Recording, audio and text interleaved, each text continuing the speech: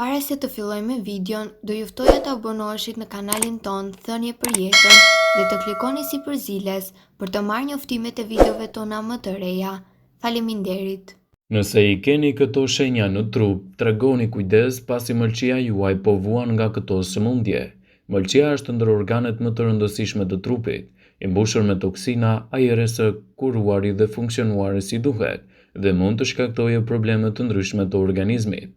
Në këtë video do ju tregojmë disa nga shenjat për të kuptuar se mëlçia juaj po vuan nga probleme të ndryshme. Sipas Health.com do të rendisim disa nga shenjat kryesore që jep mëlçia kur vuan nga probleme të ndryshme.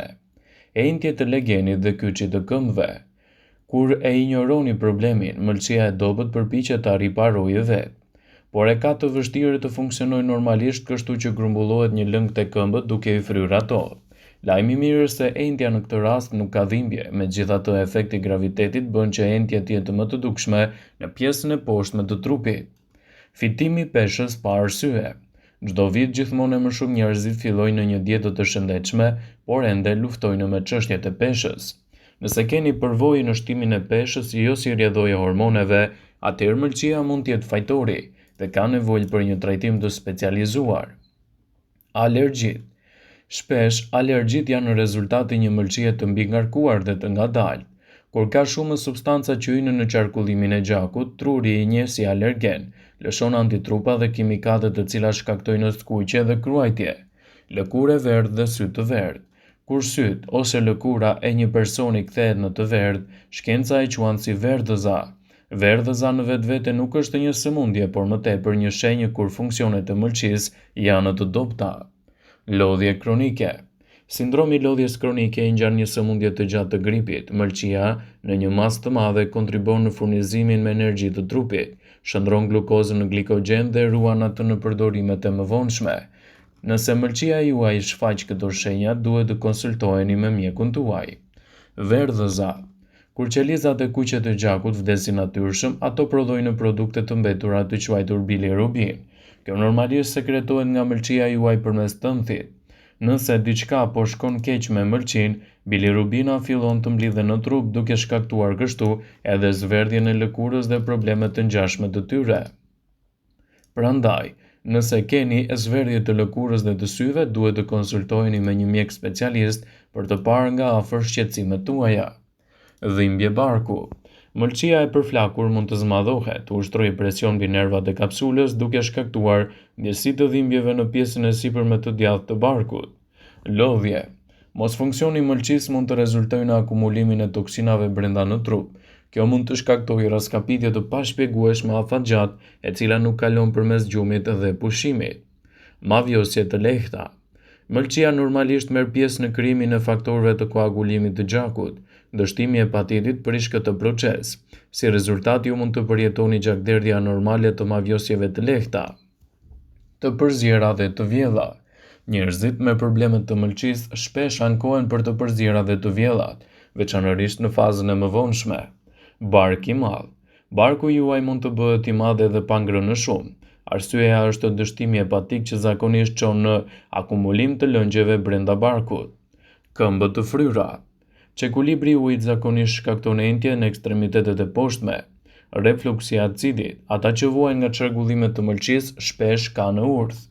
Humbje oreksi. Kjo është një simptom e zakonshëm e problemeve të ndryshme shëndetësore duke përfshirë dëmtimin e mëlçisë. Kruajtje të lëkurës. Mëlçia e sëmur heq bilirubinën sipas nevojës.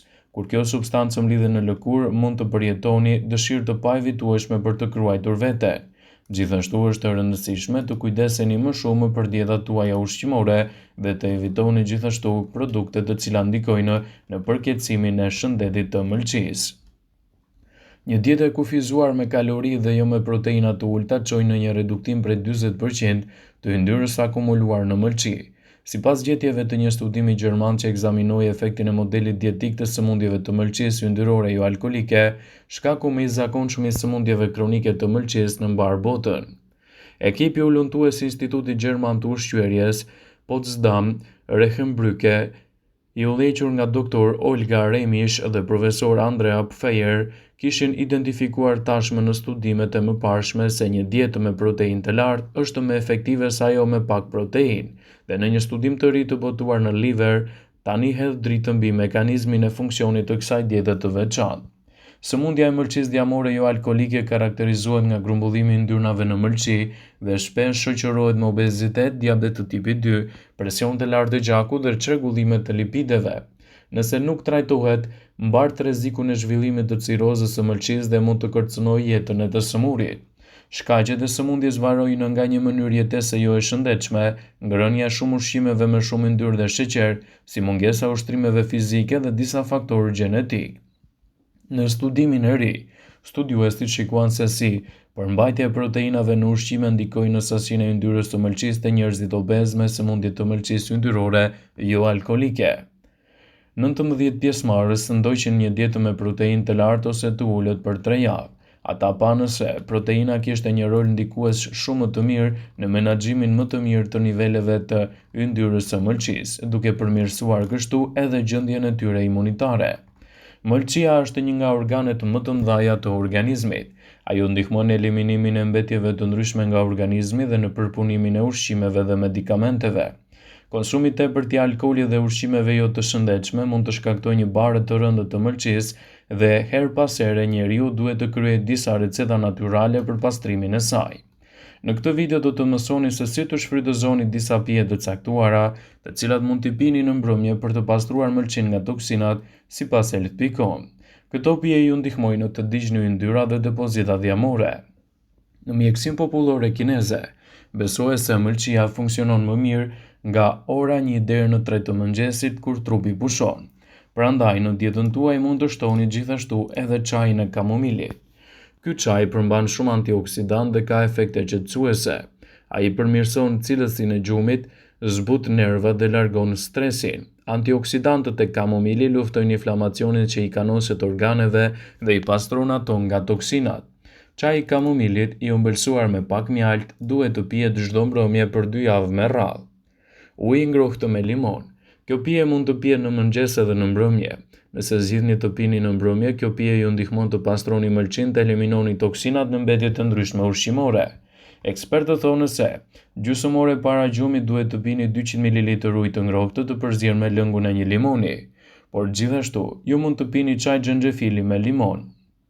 Xhenxhefili dhe limoni janë të mrekullueshëm jo vetëm për të rënë nga pesha, por edhe për të përmirësuar shëndetin. Ato ofrojnë vitaminën C dhe antioksidantë të cilët luftojnë në shumë problematika. Xhenxhefili dhe limoni lufton inflamacionin, eliminon toksinat nga mëlçia. Çaji xhenxhefilit dhe limoni duhet të pihen 3 herë në javë.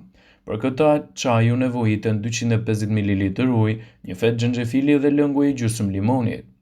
Ju duhet gjithashtu edhe përfshirja e çajit të energjikut. Ky çaj është i shkëlqyer për stomakun dhe ndihmon në tretjen. Vajrat esencial të energjikut eliminojnë gjithashtu toksinat nga mëlçia dhe zora e trash. Këtë çaj ju nevojiten 2 lugë gjedhme në energjiku dhe 250 ml ujë. Këtë recetë mund ta konsumoni sipas nevojës për të përmirësuar gjithashtu edhe punën e mëlçisë së suaj.